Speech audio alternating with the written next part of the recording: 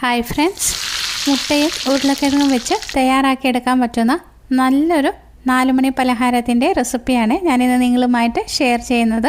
ഇതിനു വേണ്ടിയിട്ട് 3 മീഡിയം സൈസുള്ള ഉരുളക്കിഴങ്ങ് അതിൻ്റെ തൊലിയൊക്കെ കളഞ്ഞ് ചെറിയ കഷ്ണങ്ങളാക്കിയിട്ടൊന്ന് മുറിച്ച് വെച്ചിട്ടുണ്ട്.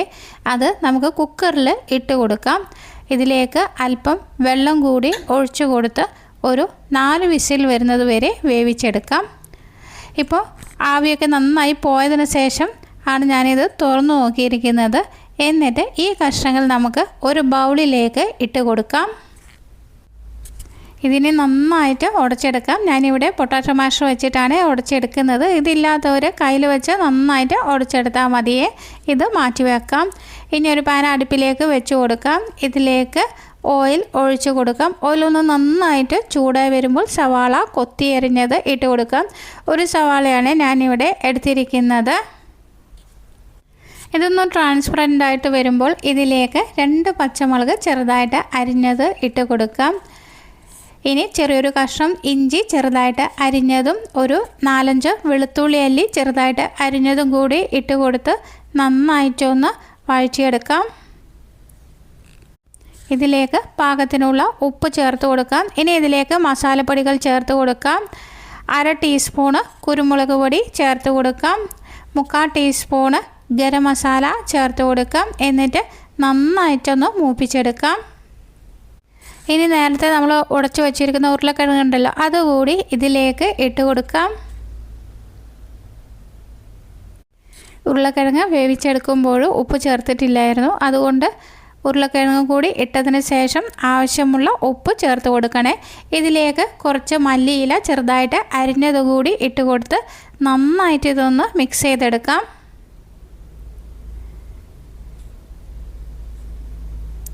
ഇനി നമുക്ക് ഫ്ലെയിം ഓഫ് ചെയ്ത് വെക്കാം. ഇതിൽ അധികം മസാലപ്പൊടികളൊന്നും ചേർത്തുന്നില്ല കേട്ടോ. ഗരം മസാലയും കുരുമുളകിൻ്റെ പൊടിയും മാത്രമാണ് ചേർത്തിരിക്കുന്നത്.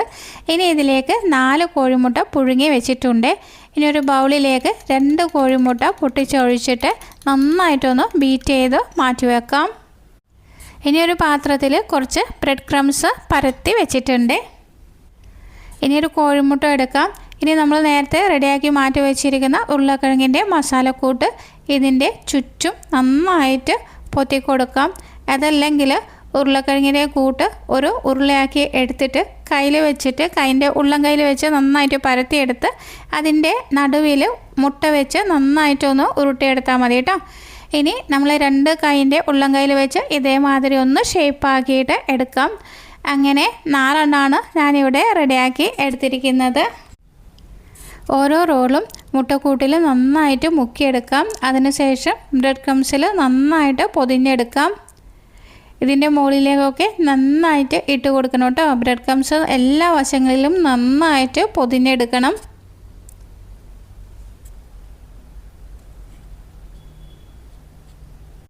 ബാക്കി വരുന്ന ബ്രെഡ് കൊണ്ട് നമുക്ക് വീട്ടിൽ തന്നെ എളുപ്പത്തിൽ ബ്രെഡ് ക്രംസ് റെഡിയാക്കി എടുത്ത് മാറ്റി വെക്കാൻ പറ്റും കേട്ടോ. ഇങ്ങനെ മാറ്റി വെക്കുകയാണെങ്കിൽ നമുക്ക് ഇതേമാതിരിയുള്ള പലഹാരം ഉണ്ടാക്കാൻ വളരെ എളുപ്പമാണ്.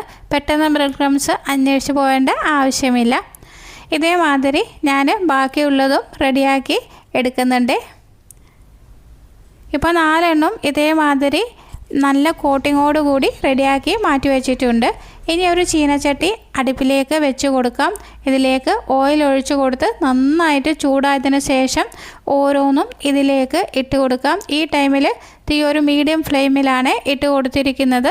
2 വശവും നന്നായിട്ട് മൊരിപ്പിച്ച് നമുക്കെടുക്കാം. ഫ്ലെയിം ഒരിക്കലും ഹൈ ഫ്ലെയിമിൽ ഇട്ട് കൊടുക്കരുത് കേട്ടോ. പെട്ടെന്ന് തന്നെ കരിഞ്ഞു പോകാനുള്ള സാധ്യതയുണ്ട്. ഇത് നമുക്കൊന്ന് മൊരിപ്പിച്ച് മാത്രം കിട്ടിയാൽ മതി. ബാക്കി എല്ലാതും നമ്മൾ വേവിച്ചിട്ടാണ് എടുത്തിരിക്കുന്നത്. ഇപ്പോൾ ഒരു വശം നന്നായിട്ടൊന്ന് മുരിഞ്ഞ് വന്നിട്ടുണ്ട്. അപ്പോൾ അതൊന്ന് തിരിച്ചിട്ട് കൊടുക്കാം. അതേമാതിരി നമ്മൾ ഇട്ട ഉടനെ ഇത് കുത്തി എളുക്കരുത് കേട്ടോ. ചിലപ്പോൾ പൊട്ടി പോകാനുള്ള സാധ്യതയുണ്ട്. ഒരു മിനിറ്റ് കഴിഞ്ഞതിന് ശേഷം മാത്രം ഒന്ന് മുരിഞ്ഞിട്ടുണ്ടോ നോക്കിയിട്ട് തിരിച്ചിട്ട് കൊടുക്കാം. ഇപ്പോൾ 2 വശവും നന്നായിട്ട് മുരിഞ്ഞ് വന്നിട്ടുണ്ട്. ഇനി ഇത് ഇങ്ങനെയുള്ള അരിപ്പുള്ള പാത്രം ഉണ്ടെങ്കിൽ അതിൽ ഇട്ട് കൊടുക്കാം. അപ്പോൾ ബാക്കി ഓയിലൊക്കെ ഉണ്ടെങ്കിൽ അത് പോയി കിട്ടുന്നതാണ്. ഇനി അടുത്തതും ഇതേമാതിരി നമുക്ക് റെഡിയാക്കി എടുക്കാം. ഇനി ഇതൊന്ന് മുറിച്ച് നോക്കിയാലോ. നോക്കൂ, കാണാൻ തന്നെ നല്ല ഭംഗിയല്ലേ. അതേമാതിരി തന്നെയാണ് കഴിക്കാനും. കുട്ടികൾക്കൊക്കെ ഒരുപാട് ഇഷ്ടപ്പെടും കേട്ടോ. ഇതിൽ ടൊമാറ്റോ സോസ് കൂട്ടിയിട്ട് കഴിക്കാനാണെങ്കിൽ വളരെ ടേസ്റ്റാണ്.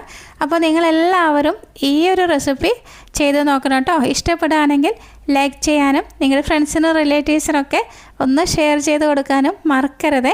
പുതുതായി ഏതെങ്കിലും കൂട്ടുകാർ ചാനൽ കാണുന്നുണ്ടെങ്കിൽ ചാനലിനെ ഒന്ന് സപ്പോർട്ട് ചെയ്ത് സബ് ചെയ്യാനും കൂടി മറന്നു പോകരുത്. വലതുവശത്ത് കാണുന്ന ബെല്ലൈക്കൻ ക്ലിക്ക് ചെയ്ത് ഓൾ എന്ന് പ്രസ് ചെയ്താൽ മാത്രമേ ഞാനിടുന്ന അടുത്ത വീഡിയോയുടെ നോട്ടിഫിക്കേഷൻ നിങ്ങൾക്ക് ലഭിക്കുകയുള്ളൂ. അടുത്ത നല്ലൊരു വീഡിയോയുമായി വീണ്ടും കാണാം. Thank you for watching. By.